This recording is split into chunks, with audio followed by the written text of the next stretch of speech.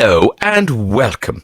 It's Graham Norton here. Thank you for listening to my Virgin Radio podcast. Coming up, comedian and art lover Jenny Eclair chats to us about hosting brand new show Drawers Off.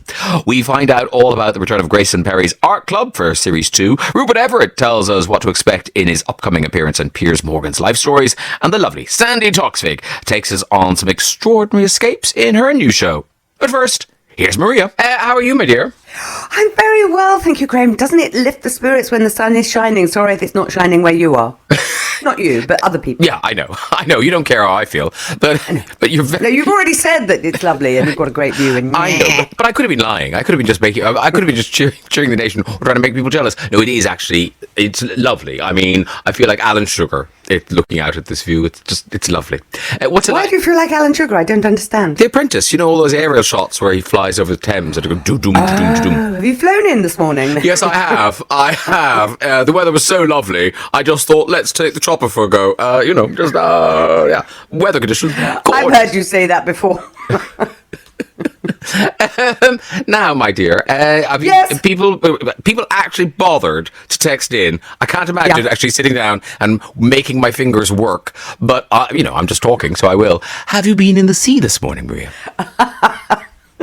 Yes, you would never think of asking me anything about my life. Yes, Graham, I have, because the inclement weather has ceased, and the sea now is a mill pond of calm, plus the added bonus, obviously, of the big yellow orb and a blue sky. It is perishingly cold, I have to say. But then when you come out, it's lovely and warm because of the great yellow orb. So I've been in twice, and I hope to go in later. Wow. Some of the girls, I didn't do this because it's stupid, did a sunrise swim, so they went in at 6:30 or something in the morning, whenever sunrise is, and wanted to be in as the sun appeared over the horizon, like some strange weird hippies. Oh, just get rid of those friends. They sound really annoying. Yeah, and they got into the sea, which is so, breathtakingly cold, and the sun didn't come up, and the sun didn't come up, and they just thought, we're too cold. I mean, the sky is quite pink. That will do. Let's get out. Yeah, let's call that sunrise.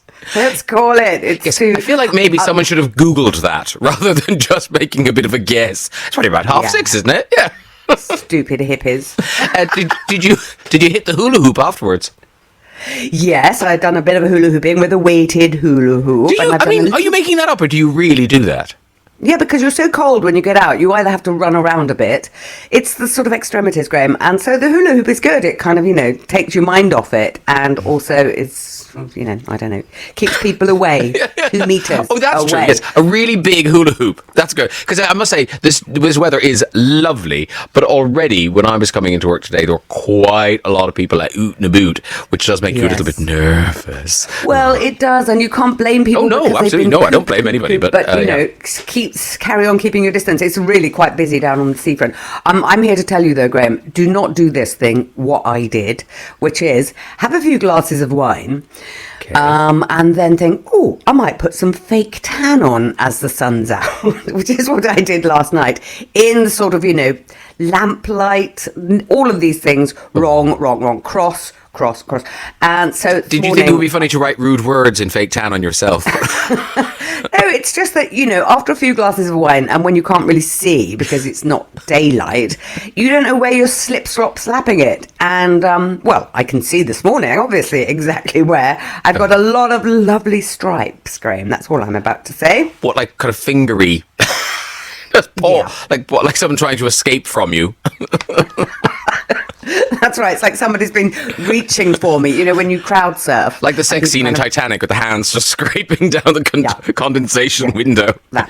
And Graham, I've had an e-bike fail this week. I have a little e-bike, which I'm still uncertain about, doubly so now, because I thought, what I'll do today is I'll go up the longest, hardest, highest, stupidest hill in the whole of the land and see how well my e-bike does. Well, now, they did tell me keep it charged, yada, yada. I don't do that, obviously, and I never look at the little battery thing that's on the front. So, of course, I got up. I was, mincing up on number 3, thinking, this is adorable. And suddenly, I am driving a Sherman tank. Oh. It was so heavy and so unexpected that I actually started to slip back down the hill. No, because that's the thing. When the battery goes, then it's the heaviest bike in the world. Oh, I cannot tell you. I was fuming. I was absolutely fuming. Fuming because someone hadn't charged this bike. Someone who owns this bike has not charged it. This is outrageous. Why aren't my staff on top of this? It's ridiculous. So instead of carrying on like a trooper, I abandoned the hill. Did you just throw the bike? Could you just throw the bike away? Stupid bike. I threw it in the hedge. I'll get another one, Graham. No, I will. I'm still laughing at Samantha Bumford. Sorry, I know I shouldn't. Oh, did you cry at Grayson Perry's art show yesterday when Harry Hill was talking about tree hugging? And you think, he's going to do some comedy about tree hugging, and then he was, finding the right tree in the forest, lots of nice comedy, and then he put a picture of his mum on a tree, and then he hugged it with such intensity that, the solar plexus, where all the feelings that you don't really want to come out.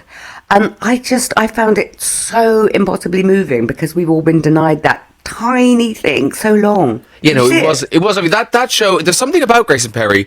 I don't know what it is. I think because he's not trying to be a TV presenter. He's not trying to be anything.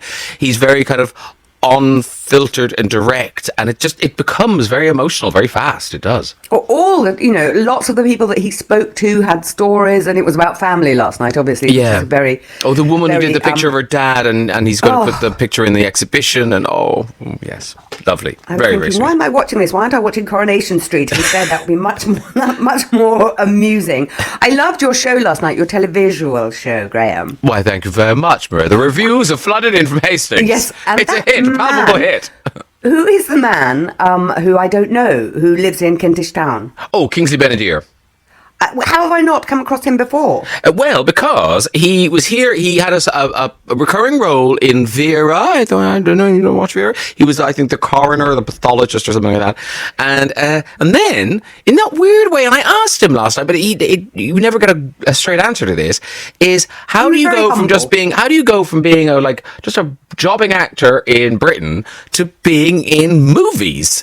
And that's what he's done. So he played Barack Obama in The Comey Rule, for, what was that, HBO or something like that, and now he's in One Night in Miami playing Malcolm X, and Regina King directed. Very, very good. Have you seen that yet? Yeah, no, I mean it's a play. It's a filmed play, and they don't really perfect for lockdown. No, perfect, and they don't really. They open it up a little bit at the beginning and the end, but most of the film is the four men in the room in the hotel room in Miami. But it's fascinating, and in fairness, Regina Fong, not Regina Fong. She was an old drag queen. Regina King. Terrible. I'm glad I did it on the radio, not when I was interviewing her. And next up, Regina Fong. That's very funny. Oh, I love Regina Fong. Hey, have you found a letter under the sofa on Truth by Dolly? I have, and I'm going to read it to you right now. Excellent. Dear Graham and Maria, I am 27 and have been with my partner of the same age for 3 years. We have known each other since university, and our relationship is only growing stronger. We are hard-working professionals, meaning we sometimes go 2 or 3 weeks before seeing each other. Both of us would love to move in together and feel that this is a natural progression of our relationship. The trouble is, her parents come from a very conservative family and will, inverted commas, disown her if we live together before we're at least engaged or preferably married. Whilst I do intend to marry her, neither of us are ready and feel uncomfortable being forced to wed. I feel deep down that it's my partner who is ultimately responsible for confronting her parents and going against their wishes. So far, she's raised this with them and has tried to explain her feelings, but remains reluctant to push it given the perceived risk of losing them. I'm finding it increasingly hard to cope without her more regularly in my life. What do I do? That is from Henry in Colchester. Well, Henry in Colchester, first thing I'm going to say to you, but I think it may be too late, is don't make this a thing between you and your partner. The second thing I want to say is you've been together since university and then 3 years and now you want to get married. I'm wondering how much of the world and other people you have experienced, if you know what I mean, and whether in some way this is in the back of your mind, but that's me reading between the lines. I would just say to you, I don't think you should make it a thing with your partner and about her parents. You know, they are allowed to have their view, but ultimately this is your life. And I think a way of assuaging them and kind of mollifying is to, people will disagree with this, but is to maybe say, we're getting engaged. If that is sufficient for them of a commitment for them to accept that you will move in together. And also an engagement, nobody can party at the moment. Do it quietly and subtly, just, a ring. It doesn't cost as much to get out of an engagement as it does to get out of a wedding and the marriage and so on. And it's not as big a deal. Of course it is, because, it shows your commitment to somebody, and in the future you will. But people have long engagements, and you can say you're saving up for your wedding. It doesn't. I just think on two levels, I wonder if this is right for both of you. And I also think don't bring the parents into it, but if you want to alleviate this pressure, then maybe just go for a sort of white lie of engagement. But you intend to get married. Everybody who gets engaged intends to get married, but they don't always come off. But they're easier, much, much easier to break. Graham? Oh, I just think that would be so... How unromantic would that be? Kind of, do you want to share a bathroom and, here's a ring so we can do that? It's just something, I don't know. It just seems so... No, I just think if you get engaged, you want the excitement of that this is real. This is we're going to get married. And, I mean, that kind of, we intend to... it just seems, I don't know, it just seems to just suck all the joy out of it. Henry, I would say, look, here's the thing. You have to make your peace with, you have to find some way forward with this, because you are not, as you've now discovered, you are not just dating this woman, you are involved in her family. And that's the thing, when you meet someone, you don't just meet them. If the relationship goes on and develops and becomes the families become part of it. And you will have to go to family events and all of those sorts of things. And if you don't get on with this family at all, then this problem is just going to get worse. But he hasn't said that. It's just that there's a rather conservative way of don't live together before there's some commitment. That's all. Okay. I'm kind of with you, Maria. That thing about I'm finding increasingly hard to cope without her more regularly in my life. I mean, there's almost a bit of an ultimatum, isn't there? There's kind of like Well, also, it's a bit one-sided, Graham. I find that. I mean, I want to know what his partner feels. Look, you've been coping with, you're both busy, you've got lives and so on, and it keeps everything alive if you don't see each other all that much. When you move in together, this is why I'm thinking an engagement rather than a marriage, because if you haven't ever lived with someone before, it's quite an eye-opener to then live with them. And things can change when you're quite young and you've been with someone for a long time, and then you see them in, the 24/7 version of them. I don't want to rain on his parade, Henry and Colchester, but I find I am doing. But the family also annoy me, because, these people are 27, and I think we can say this word on this radio station. Do they think she's a virgin? Presumably they know she's not. So, No, but we have to respect people's cultures, and sometimes... No, what I mean is, yes, you've got to respect people's cultures, but she's already not respected their culture. If that's what it is, if it's a religious thing, then she's already kind of broken all the big rules. So really, sharing a front door is, No, I agree with you. I'm not saying every other door is being just wide open. I agree with you. I'm not saying it isn't nutty to say, you have to have some sort of commitment, but this is very much about how other people view this situation. And so she doesn't want to make a big deal with her parents. She doesn't want them to disown her, which is what he's kind of... Also, I think you need to find out, will they really disown you? Or is this them is this their last grasp effort to control their daughter? Because actually, she's 27. You just go, you know what? I'm moving in. I know it's not what you want. We are planning to get married down the road, so wind your neck in. But if they don't have that relationship, then I think Henry really is opening a can of worms, because this will never go away. This will never really get better. He knows the family, and they like him and know him, but they're just pushing him a little bit. He's been with her since university, and then 3 years since. So he's familiar with the family, and I think you do have to respect their wishes, but if there's a way of doing that without upsetting yours. And that's why I suggest, people are going to come down on me like a ton of hot bricks. That's why I suggest an engagement. Christine in Newmarket says, I think you just say you're engaged and have a token ring on the understanding that you can move in and tell the parents you will get married eventually.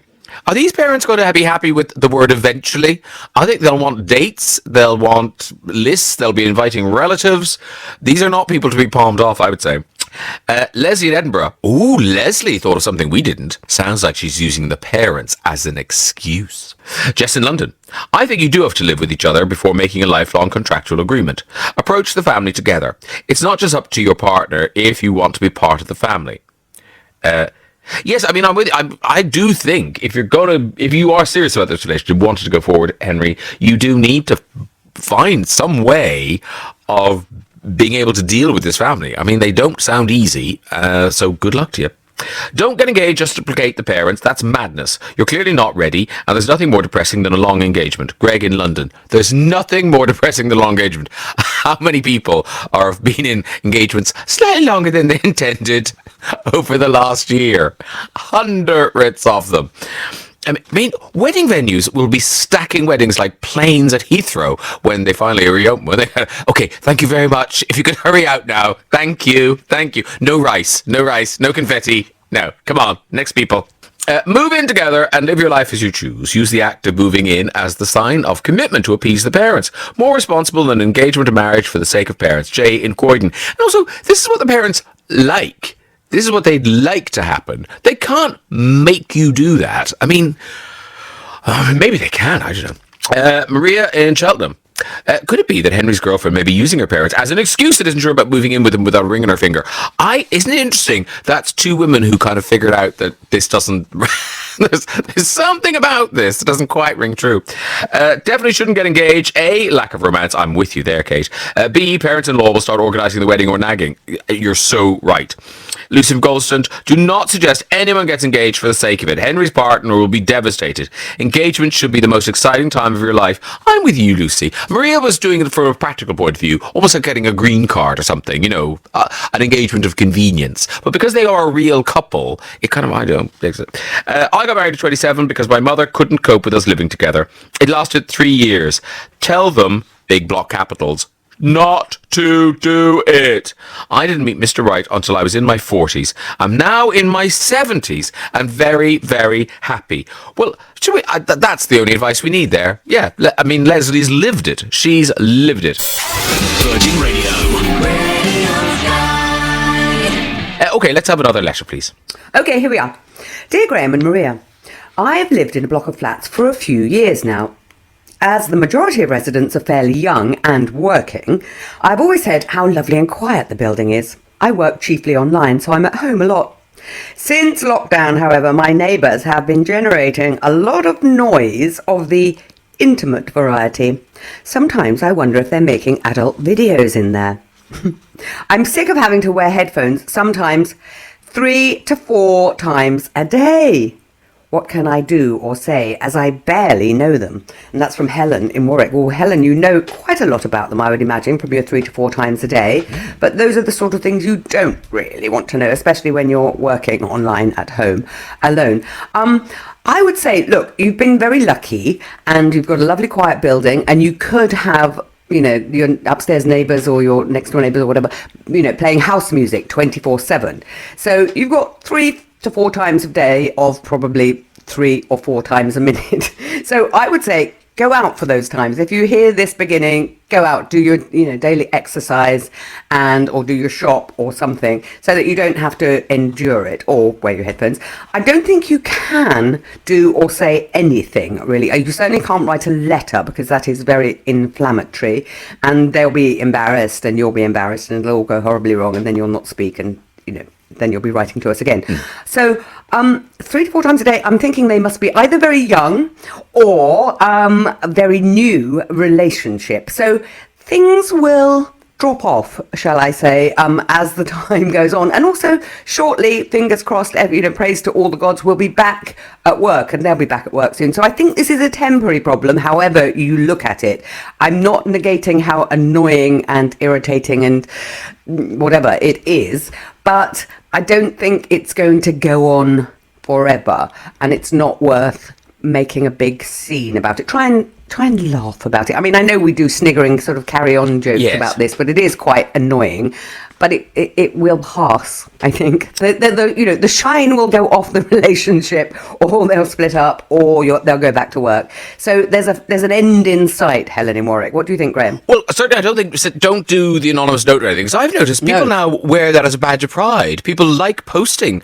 Oh, look, we got this note. We're so embarrassed. It's like, no, you're not. You're thrilled with yourselves that your neighbours can hear everything you do.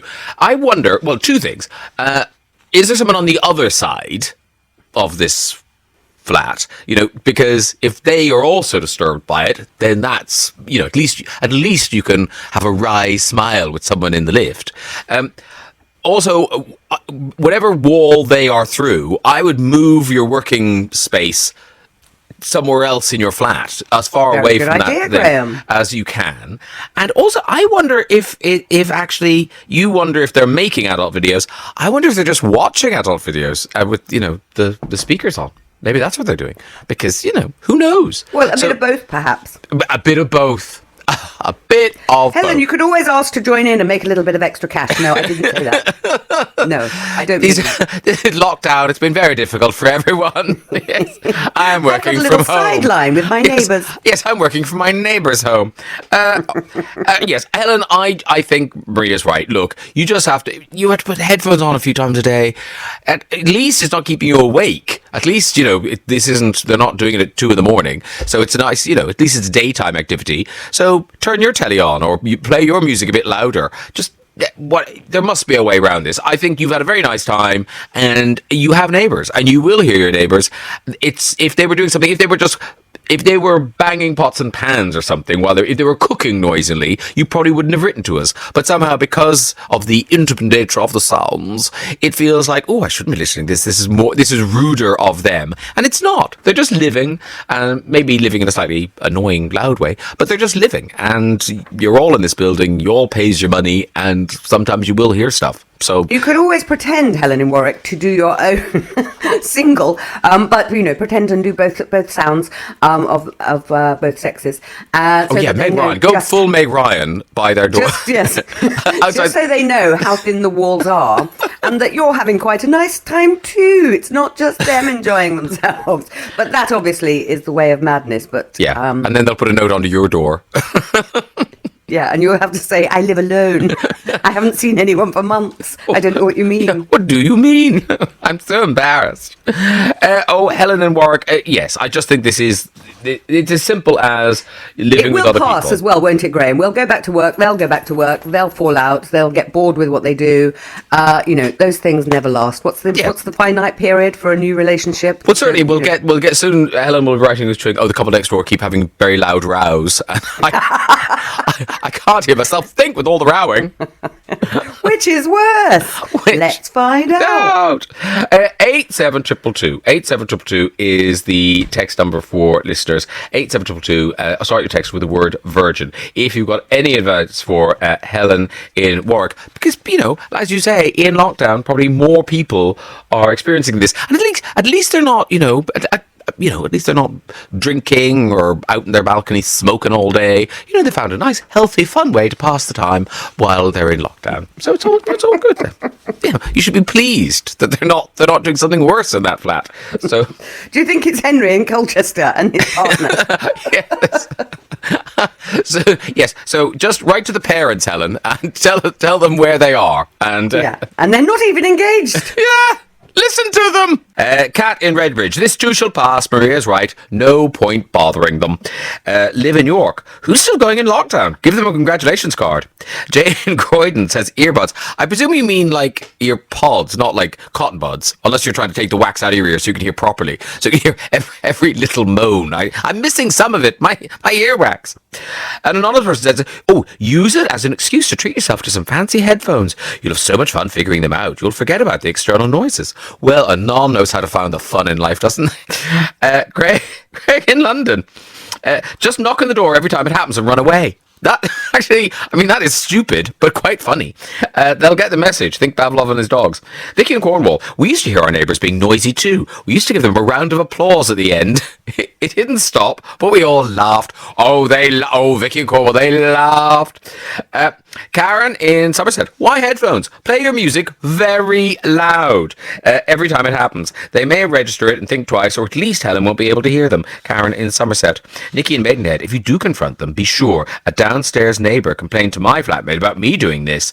We were both confused, as I was very much alone. Turns out it was just me and my cross trainer. Yeah. Do check what's really going on in there. Helen, I'd use the opportunity to learn the drums or the violin, or do some renovations to your house, or maybe turn up the volume to play something like Ernie the Fastest Milkman or Morrissey. That's a good passion killer. That's Bunty and Cheadle. Rachel in East London. I had the same issue, solved it by downloading the Benny Hills Yakety Sax theme tune and playing it at full blast every time the flat walls are rocking. Bit of a mood killer, apparently. And Marion Barnett. Helen's neighbours have an indoor gym. She should go and ask if they're personal trainers, and are they taking new numbers. That could work. The Graham Norton Radio Show. Virgin Radio. Is it too early for Bucks Fizz? I feel not. Pop those corks. Calls for celebration. Jenny Eclair is back on the television. And right now she's on the radio. She's talking to me. Hi, Jenny. Really, Graham. How are you? Well, I'm all right, but it's about time I got my own telly show. I'm 60. I had to wait until I was 60 in a pandemic. It's ridiculous. You got there in the end, slow and steady. I've sort of battled them down. They're battle weary, all the telly execs. I've shoved up into corners at parties. But also, you're not just back on the telly, you're on it every day now. Every day for a month, yeah. Even I'm going to be sick of me. So the show is what? Tell me this. Did you come up with the title, Drawers Off? No, I didn't. I mean, I really did. I got a bit peculiar about it. I thought, I don't want them to sort of, not take art seriously. And it's a funny one because it's such good fun. I mean, genuinely, it's called Drawers Off. Yes. Okay. Yeah, I've only seen one episode, but I understand the idea. So, but explain to the listeners. Oh, right, okay. Well, it's very simple. The week starts on a Monday, as it always does, with 5 contestants, 5 amateur artists. They come to the studio, and one of them disrobes, and the other 4 paint or draw him or her. And then after the hour painting session, the life model chooses which one of the 4 he likes the best. That goes into the winner's gallery, Graham. They're on their way to winning £1,000 at the end of the week. And it goes like that every day. There's a new life model out of the 5 artists taking their turn to pose on the podium. And then at the end, there are 5 paintings who are all in the winner's gallery, and all the artists get a secret vote, and the person who has painted the winner's winner gets £1,000. It's dead simple. Even I got it, and I can't do Skype. So. And because they're taking their clothes off, you might think, it's a little bit salacious and everything, but it's not. It's so sweet. It's got a lovely heart. That was the only thing that bothered me about it before I said yes, because I just thought, is this going to be just a sort of calling card for the dirty old man brigade? Is this just going to be some peculiar middle-aged men pulling their chairs very close to the television and wearing Macs? And that thought really sort of appalled me, and I had a couple of nightmares over it, as you can imagine. Yes. And but then we had a lot of talks about it, and there's a fantastic art guru on the programme called Diana Alley, who's properly trained, and she knows everything about life modelling. And we were very sensitive to the artists come models about lighting and draping. I mean, it's daytime telly. You're not allowed to see bum. You're not allowed to, I can't say the other words for body parts because I've already been warned. I'm apparently a high-risk guest when it comes to bad language. Yeah, absolutely. There's a firewall. You're doing this at 11:15. Really, it's going out at 11:30. We're not. This isn't live. Yeah. So that's the thing. The last thing I wanted was anybody being dragged to the life modelling podium, sort of weeping and sort of protesting and saying, "Don't make me do it." But also, it makes. I think what's nice about it is that because they're going to be judging it. everyone's kinder to each other in a way because they're all going to go through it. Yeah, they're all going to go through it. And also there's no judges, there's no professional judges looking down their noses.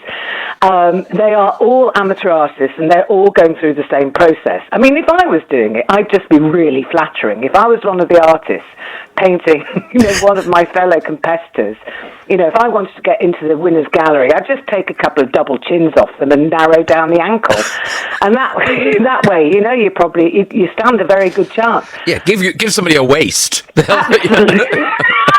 Can you imagine having a waist?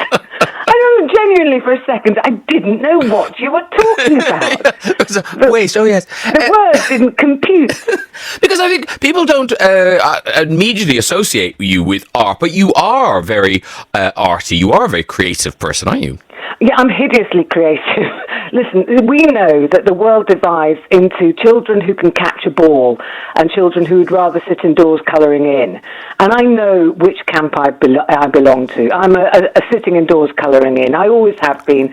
I have to force myself out for a walk every day. I'm looking at the weather now. I've got no excuse. It's a beautiful day. I have to get out there. I can't think of anything worse, but you have to.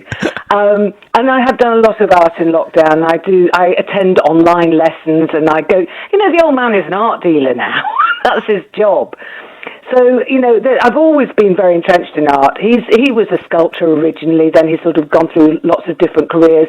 And we've always been, out of lockdown, we're at least an art gallery a week. I live in the middle of London, and that's my thing. Yeah. I'd rather do 10,000 steps around one of the Tates than 10,000 steps around the same park, because God love the parks, and thank you London for having these brilliant green spaces, but because we're only meant to go to the same ones, I'm a tiny bit bored. And tell me, when you do, when you're sitting in the house thinking, I'm not going to be creative, are you a collage gal, gouache, watercolor? I do like to experiment, Graham. Yes, my preferred medium is acrylic because it's cheaper and quicker to dry than oil. Watercolor is the hardest. I think a lot of people start with watercolor thinking that that's for the nursery slopes. It's actually, for me, the most technically difficult. So if I was to encourage anybody, if they were starting out, I'd say, just head for the acrylics. They're very forgiving. You can go over your own lines, which you can't with watercolor. And if you haven't got much money, I use a lot of packaging. The packaging that comes in the house from the company we don't mention. Oh, yes. For that one, you get those boxes. I rip those up and I paint on those. So, it's great if you can afford the best materials. It really is, because it does make a difference. But if you can't, then use anything. Use your fists, use your hands, use your potatoes. I do iPad art as well, which is very good for people who haven't got much space. I don't have a studio. I'd love to be one of those people that just said, I'm just going to my studio. I don't have that. I have the kitchen table like most people. And half my kitchen table is, Graham, I'm going to admit this live on air, it's slightly worse than being an alcoholic. Half my kitchen table is covered by a jigsaw. Oh, we just had someone texting in. I know, I was listening in. And I was thinking, it would be so lovely to just give up, just sweep it into a bin. It was a peculiar shaped one. I couldn't do it, and it was making me and Jeff really miserable. Because every time we faced failure. It was one of those terrible things. It was like going to do a really bad maths test every day. So we've got a lovely one at the moment, and it's botanical leaves, and it's so beautiful. I don't mind that being slow with that one because it's so lovely. But yeah, I always have a bit of the kitchen table, and Sunday afternoon is often my day for painting. Nice, a little window into Jenny Eclair's calm home life. So Jenny, I wanted to, is your house like a retrospective of Jenny Eclair? Is it sort of? Is it? No, it's in my own gallery. Have I turned my home into a lockdown gallery? You really like J. Eclair. I did decoupage my boiler door because it was featuring in a lot of Zoom meetings. Oh, okay. And I thought, that looks a bit boring. So I did a sort of floral thing on that, which, I live in a very modernist house because my partner is that type. So, and we built our own house and it's not that old. So I've only got one room where I'm allowed to sort of have quite sort of things that don't really fit. That's my study. But no, I give things away much to the absolute despair of my family. So when they get a birthday or Christmas, they sort of cringe. They kind of close their eyes when I hand over the gift, as if to say, "Oh God, what's she going to give me now?" Yeah, is it? Oh, it is. It is. It's another one. It's another painting. Yeah. Now, you mentioned before you did stand up, Jenny Eclair, because you are, you're one of my favourite stand-ups, and you're one of those, you're proper stand-up. You don't fill 20 minutes with a mildly amusing anecdote. You're boom, boom, boom, jokes. So now that we feel like things are starting to open up, are you like a coiled spring? Are you the greyhound in the slips? Are you ready to just burst out with a full pandemic set? Yeah. I'm going to smash my way out of the stable door and sort of go cantering into a brick wall. That's. I've got a tour lined up for the autumn, for September. So, everybody, fortunately, we're quite old, Graham, so most of our demographic will be double jabbed by September. Have you had your jab? I got through that. There's an NHS website that's doing the rounds, and it starts by saying if you're over 64, but actually you're allowed to go through it, and as long as you've got your NHS number, you don't lie about anything. If they've got spares in your neighbourhood, they will let you through. Ooh. That's my handy hint for. So I'm in southeast London, and I've got a jab appointment. But I've been completely honest, I haven't lied about anything, and lots of people I know in the neighbourhood have done exactly the same, and I've got mine on Tuesday. Well, I didn't tick any box that I wasn't meant to tick. Eligibility. No, I talked to someone yesterday, and they've been offered a second jab if they take part in a film to encourage people to have the jab. I was like, I'll do that. Yeah, of course. I've had my sleeve rolled up since Christmas. Of course, the old man was done in January. And so, I feel like he can go to the shops now. Anyway, so you're fully jabbed. You will be by September, and then you are on the road. I'm on the road for a long time. I don't look at the tour dates. That's going to be a bit of a shock after this sort of mega lockdown. I know you've worked throughout, and I've done bits and bobs of work, but I haven't had to work flat out. There's a bit of me that can't wait, and then there's a bit of me that goes, well, yeah, I'm kind of welded to the sofa these days. Yeah. Well, I think the odd thing about working throughout, and you've done bits, is because it's not like work, because there's nothing else to do. You're not trying to juggle work and the rest of your life. No. It's just, I have one thing to do. Yeah. It's this. And I'm very grateful to have one thing to do, but it's not the same as working in the normal world. No, doing draws off. We did it in Manchester in November, and I was staying in a hotel, quite a posh hotel, Graham. But there was no facilities. The pool wasn't open. It was just this high-rise kind of luxury prison, really. There was no restaurant open. You had to get takeaways every night. And I was there on the 17th floor looking out the window at this completely deserted Manchester. And I think that sort of living in the inner city during lockdown is much more of a sort of... it's much weirder. Sorry, I'm searching for words where I can't swear. So it's much weirder than living in our sort of London villages where life still seems to go on a little bit. Yes, I agree with you. When you go into the centre of London, it's just, it's like it's some weird kind of horror film or something. It really is, isn't it? Yeah. Whereas, where I am, it's busier than ever, I'd say. Well, we're all sort of regressing back to village life a little bit. And I do worry for London so much because I love it so dearly. And I just hope that it really does bounce right back. I think it's bound to, because people, I do feel like you, wanting to get back on the stand-up thing. People want to go see you. People want to get out there. If people do want to go see Jenny Eclair live, you can find tickets and information at jennyeclair.com. Jenny's new show, Drawers Off, is on every weeknight at 5:30. It's called Drawers Off. Yeah, it's only a month, though. It's not like forever. There'll be more. Be great if it was forever. No, I think there will be more, because it's a really good format. Jenny Eclair, go make a collage. Enjoy the rest of your day. I will do. You take care, my gorgeous, and get jabbed soon. I'll go, hopefully, because good luck on Tuesday. Bye. Yeah, thank you very much. Bye. The Graham Norton Radio Show. Virgin Radio. And on the line now is Grayson Perry. Hi, Grayson. Hello. Hello, Graham. Lovely to talk to you.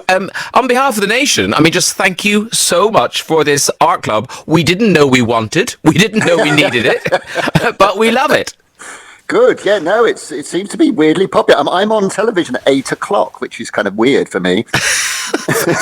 Family favourite, Grayson Berry. And so tell me, because I think Channel 4, in that first lockdown, Channel 4 seemed like they were incredibly nimble and really turned on a dime. So how did the first art club happen? How quickly did it get from an idea to the screen? Oh, very quickly. I mean, my sort of collaborator, director Neil Crombie, he kind of said, almost as lockdown was looming, he said, we need to do something to get people, and he came up with the idea. And I think within a month we were on the air. So it was very quick, very quick. And also, kind of intrusive in a way, because it's in your house. I mean, it's your studio, but it's still kind of your space, your world, your wife, Philip, is there as well. So how much time does it take? Or is it your whole time? Is it all the time? Or are you quite strict about when cameras are there, when you're doing things? We have a very quick turnaround. I mean, we film it in 3 days the week before broadcast. So we've just finished yesterday filming episode 2. So it's very quick, but then I've been doing a lot of preparation with the art because art takes for ages to do. So I do some of the art sort of in advance to get it ready. And I noticed because Philippa creative in that way normally, or has she become an artist as part of Art Club? No, when I met Philippa 30 odd years ago, she was at art school, so she's always made stuff. Oh, okay. She's always made art, and she does it, every so often. Her main job is as a writer nowadays, but she makes stuff. Oh no, because just when she was wandering into your studio asking to borrow brushes and things, I just thought, I wonder if this is annoying, Grayson. I wonder if he's saying, back off, get your own brushes.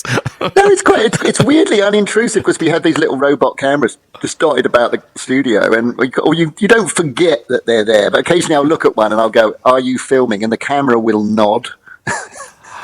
Oh, so where are they? Where are the people? They're outside in my yard in a little tent. Oh, okay. They're filming everything remotely. Wow. I mean, that, and I don't know, maybe it's because of that, because it is just you, but we were talking earlier about the show, and we were just saying how oddly emotional it is, that you don't, you think, oh, I'm going to look at some things, it'll be interesting, it'll be creative, but it breaks your heart, it really touches you. Yeah, I mean, it's about people, really, and, all culture is about telling people's stories, and so that's what we try to bring out, really, and it's about that experience of sharing. It's not necessarily about how to paint a tree properly. And when you ask people to make little films for you and things, do you know what you're going to get? I mean, I think we were talking about the Harry Hill film, which was absolutely heartbreaking. It was brilliant. It was so good. So is that just Harry, look, you go do what you want, Harry, or do you talk about it? How does it work? No, he's a sort of friend of the show because he featured, I think, quite a lot in the first series, and he makes his sculptures, and he suggested it. I think the producer's probably on to him saying, "Is there anything you'd like to do?" And he said, "Yeah, I've got an idea," and so he literally just presented us with the finished thing. Wow, and then the ordinary members of the public who contribute art as well. I mean, there's such beautiful stories there because they're sharing more than their art, aren't they? As you say, it's about stories. Yeah, and I think that I've always been sort of a proselytizer for access to the arts, and so this is a golden opportunity to say you don't have to be Leonardo da Vinci. I do things where I'm rubbish at it, and I still enjoy them. And I think that everybody can have a go. And some people turn out to be amazingly good and they didn't realise it. And some people get a lot out of it. It's not just about being able to skill element of it. It's also about the emotional sort of commitment and what it does in your life, what it does for you. We've got an amazing story in the next episode. It's absolutely astounding. Yeah, it's great. Oh, give us a hint. No. No, because there's an odd thing that was in there, Grayson, where, you think, this is a visual medium, I just need to look at this and I'll get everything. But actually, hearing people talking about their work, I mean, even, when I've heard you talk about, your maps or what went into some of your pottery and things like that, it opens it up. It kind of, it makes you experience it in a different way. Yeah, you learn. I mean, you don't expect to go into a sort of a classical music venue and understand it all straight away. And the same with art. You kind of, you go into an art gallery, a lot of it is mystifying, and you learn more, and then it enriches your experience of it. Any kind of cultural activity, the more you know about it almost, and that you get obsessed about it, the more you enjoy it. And the exhibition you keep referring to in the show, you're thinking, well, this is quite a big exhibition. So is that a real thing? Is that really going to happen? The first series, we had the same thing, and it's all at this very moment, as we speak, at the Manchester Art Gallery, just waiting for lockdown to finish so that they can open, because the show was fully installed from the last series on about, I think, just at the beginning of December, I think, and it was literally about to open, and then lockdown came crashing down again. Oh, wow. Tragically. So it's just there, and it's going to be open until the autumn, and then we're going to find another museum that wants to host the next exhibition, and hopefully by then it will just open when it's hung up. But yeah, there's literally an exhibition, like a Marie Celeste of an exhibition in Manchester Art Gallery, waiting. Oh, that there's cleaners poised and ready to go in and dust it. And then it'll be open. How frustrating, because presumably all the people were really excited as well, because they... That's awful. And I suppose it might tour, or is it going to be a book, or are you thinking of other ways of people experiencing There is a book already. You can buy it online, probably, from Manchester Art Gallery. There is a... the catalogue. Yeah. Wow. It's all produced, and merchandise, everything. It's all out there. You're on it, Grayson. On it. Well, that's my job. Do you throw things away? Do you break things? Do you kind of rip stuff up and kind of go, actually, that's not, or do you just keep going until it turns into something that you want to keep? More the latter, I think. I mean, when I started, I used to smash quite a few pots. But nowadays they take so long and there's such an investment of time that I kind of, I can also spot things going wrong nowadays. I've been doing this for 40 years now. I spot it going wrong very early. I nip it in the bud before it turns into a disaster on the whole. And when do you do you have that moment of going, oh, this is a really good idea? Like when you came up with the idea of doing your big maps, was that a kind of a great light bulb moment when you thought, oh, this is a great idea? That's a really interesting question, because often if you're doing something new, you have kind of imposter syndrome, and you feel kind of, oh my God, I don't know if I like this, or I've not done this before, I don't think I'm very good at it.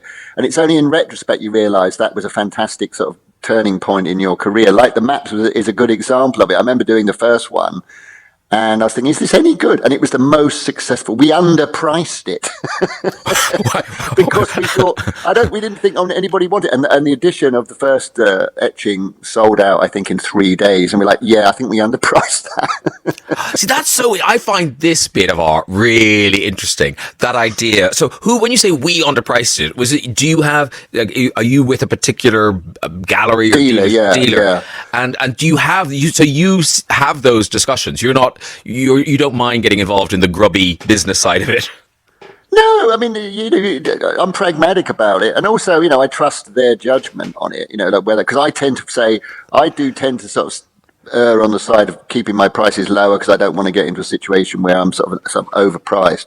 But it's a very organic, intuitive thing. It's it's literally the market. What will people pay for something, and if you price it too low, then you sell out very quickly and you run out of things to sell. And then the opposite, if you put it too high, nobody buys it. So it's interesting. And so tell me this. So you're filming Art Club in real time. Pretty much. There's 5 more? Yeah, 5 more. 5 more. And so we got themes each week. So next week it's nature, then it's food, then it's dreams, then it is work, and the final one is travel. And I think that the submissions are still open for at least the last 3, I think.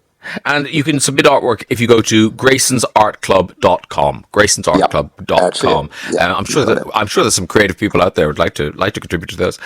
Grayson Perry, it's been lovely to talk to you. Grayson Perry's Art Club is every Friday, 8 o'clock, Channel 4. Catch up on all 4. I'll let you get back to your studio, you productive man.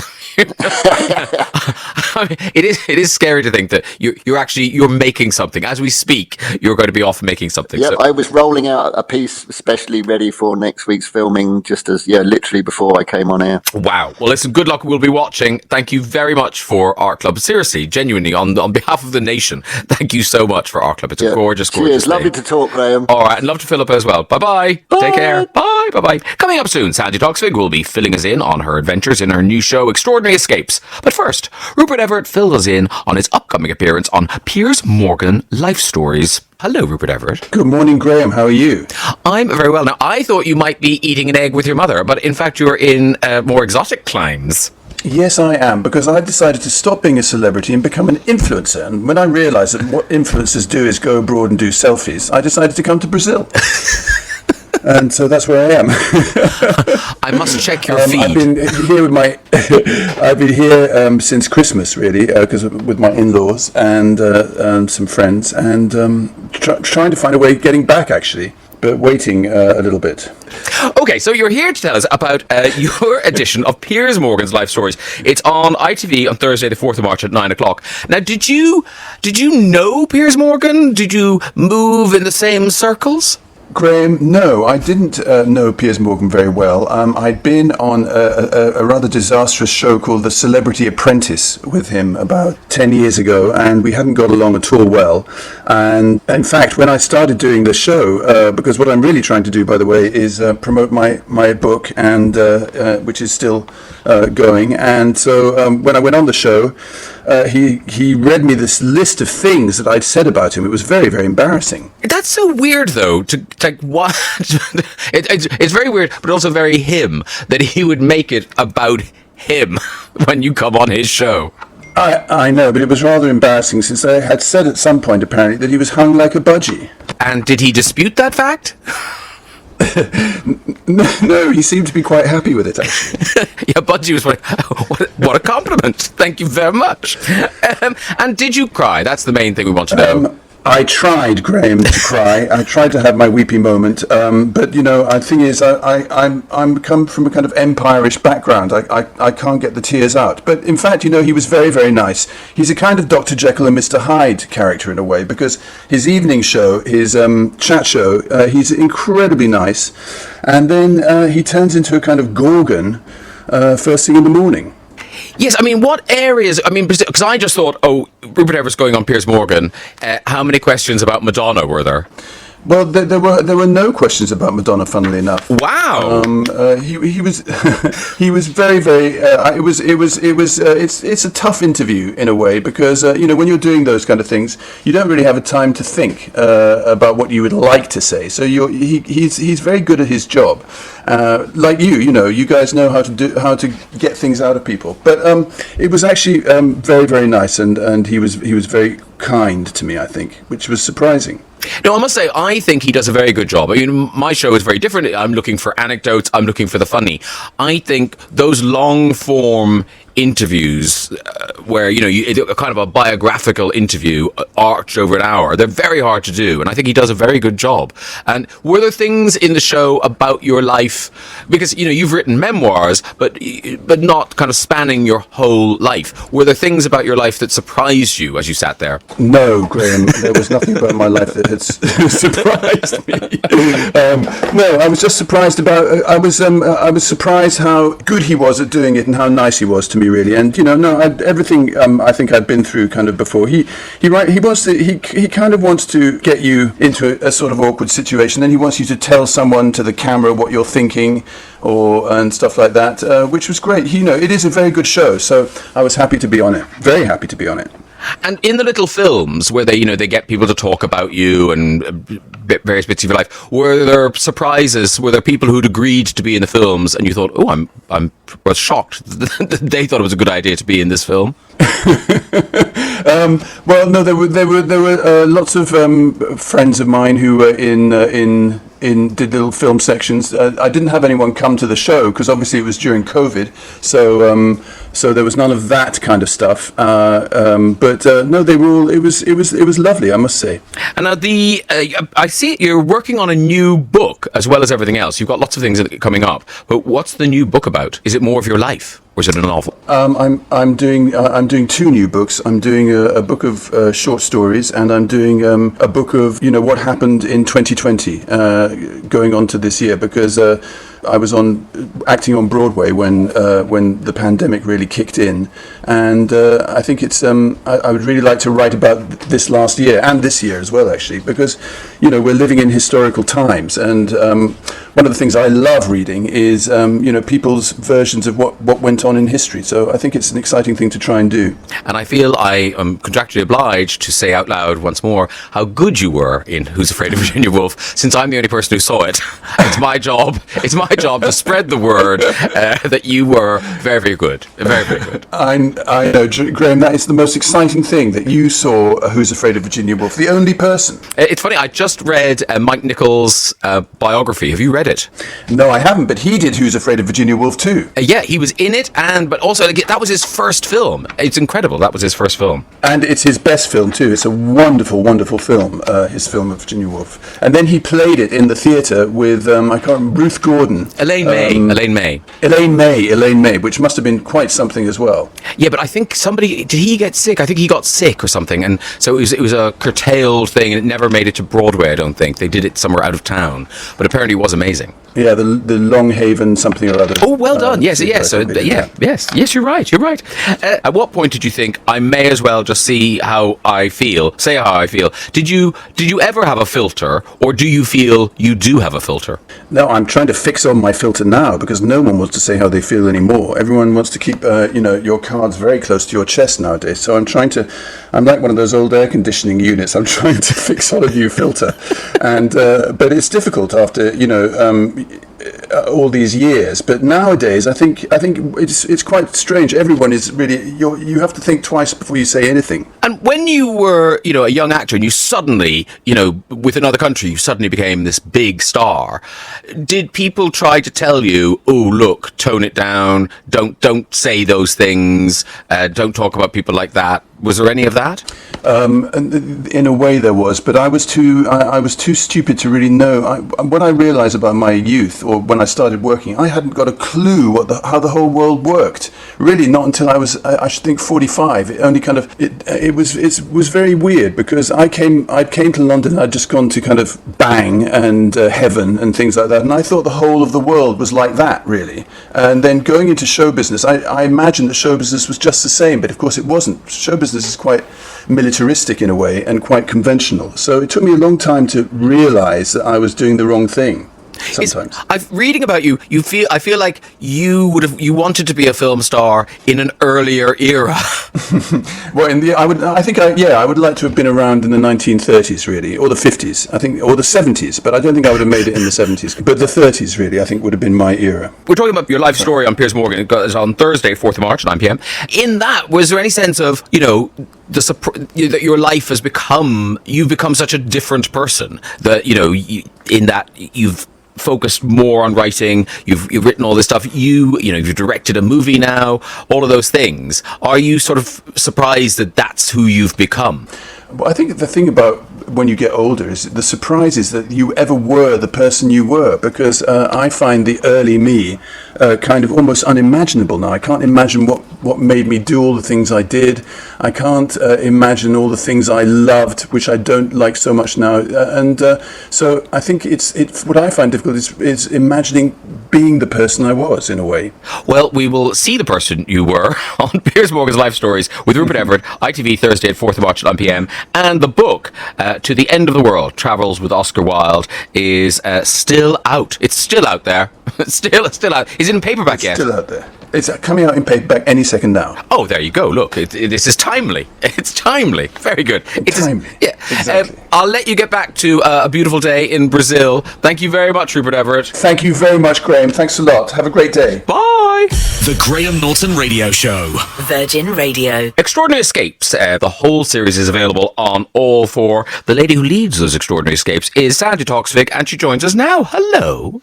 Hi, darling boy. How are you? I'm very well. I'm very well. To track you down. I think I'm a Virgin Radio virgin, and this is very exciting. I finally found you. It's fun here. It's fun for me. I don't know what it's like for listeners, but I'm having a lovely time. I've been enjoying the show, so thank you for that. Hey, well done. Well, talking of enjoying the show, your show. It's one of those things. It's like, did Sandi blackmail someone? How did she get this gig? Does she have dirt on a Channel 4 commissioning editor? Yeah, that's it. It's. I I know where all the bad cakes were hidden on Bake-Off. It's what a lovely thing to get to do. If people haven't seen it yet, describe what happens in the show. Well, because we're going to have to get used to the idea of the staycation, we don't need to do it with a great sigh and be resigned about it. There are just the most astonishing and fabulous places in the UK to go. And so each week I get to take a pal, a lady, perhaps of a certain age, and we go off and go exploring. And I have had one of the best working times of my entire life. Sandi V, wonderful stand-up comic, she and I were allowed to stay alone on an island with a lighthouse in the Scottish Highlands. It was just amazing. And now, because, so these are 4 episodes, 4 friends. You take Brew Leith is in the last one here. Now, obviously, you love these women. They're very good friends of yours. Was there any time during the film where you thought I wanted to spend more time with this person? Turns out. But you learn surprising things. So it turns out that Alison Steadman's slightly obsessed with clouds and kept taking pictures of them with her iPad, which was not expected.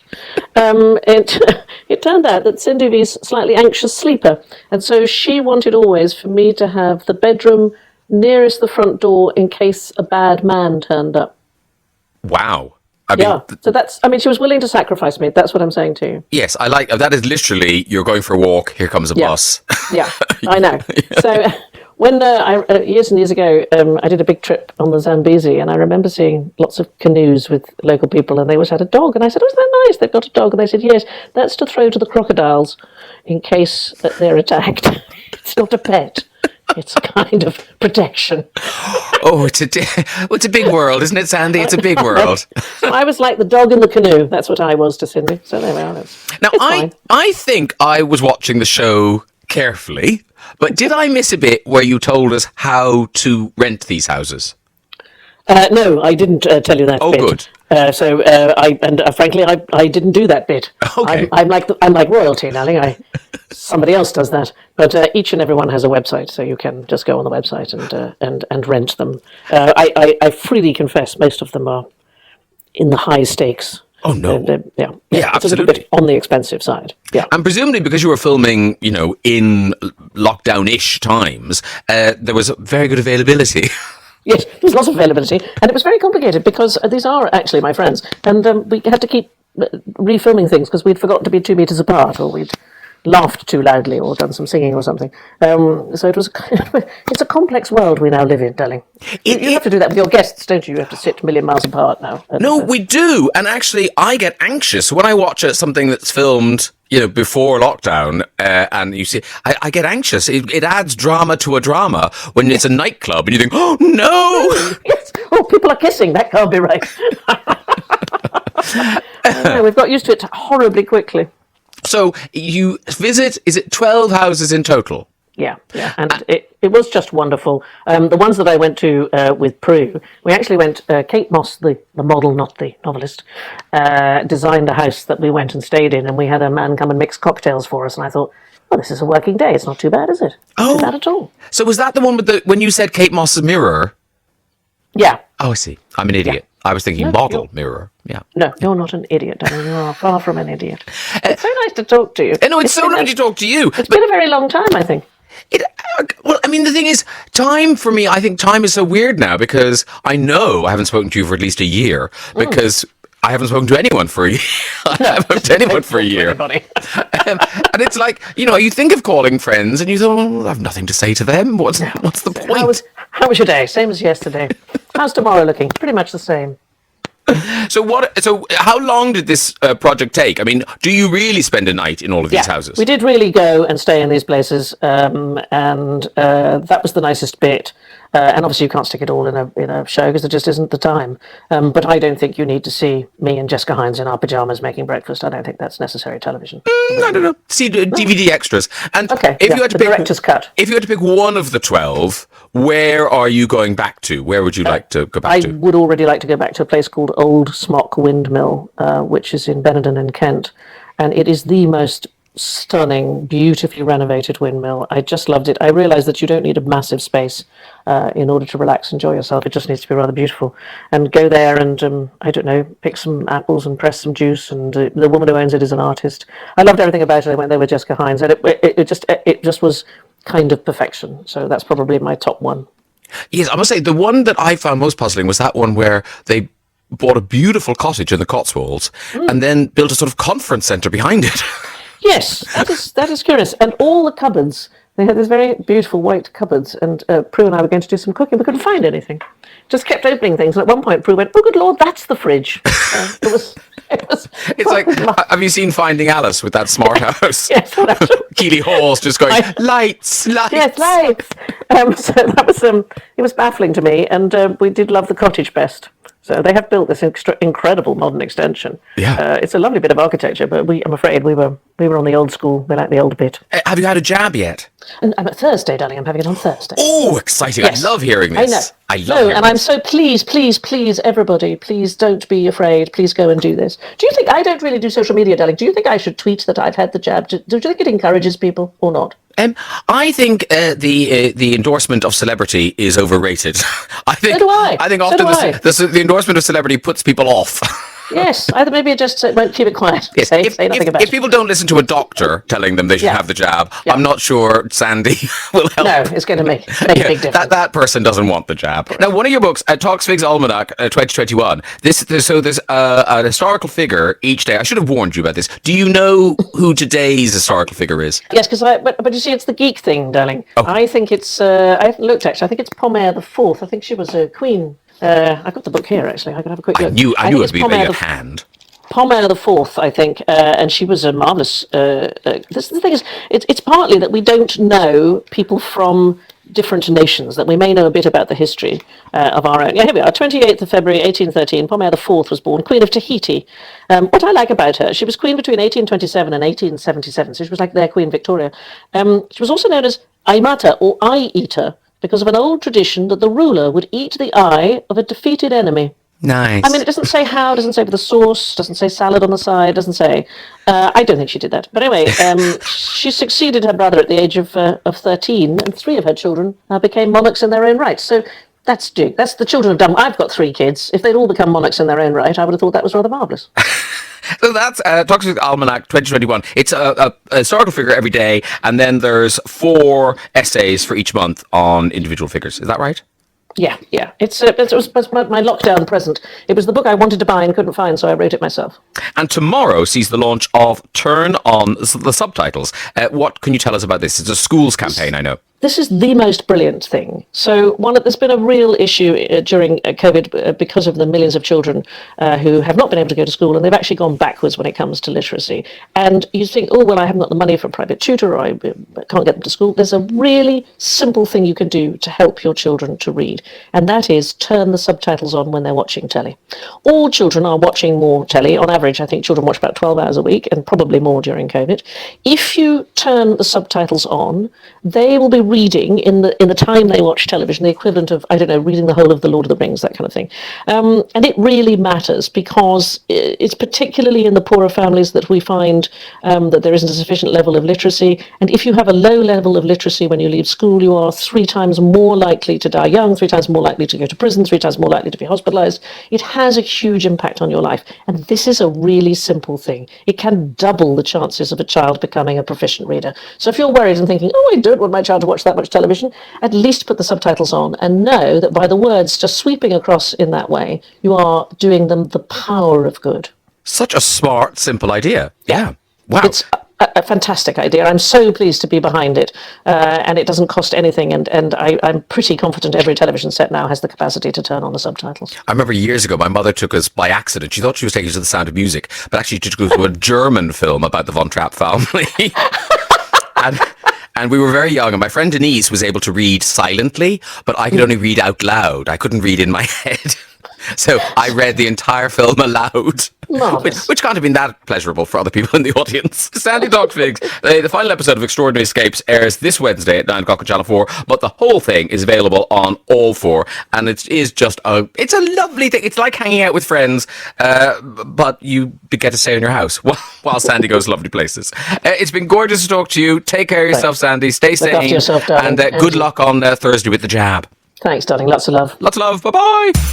Thank you so much for joining me for the Graham Norton Radio Show podcast. I'm back on Virgin Radio from 9:30 on Saturday morning, and the next episode of the podcast will be out first thing the following Monday. Chat then. The Graham Norton Radio Show. Virgin Radio.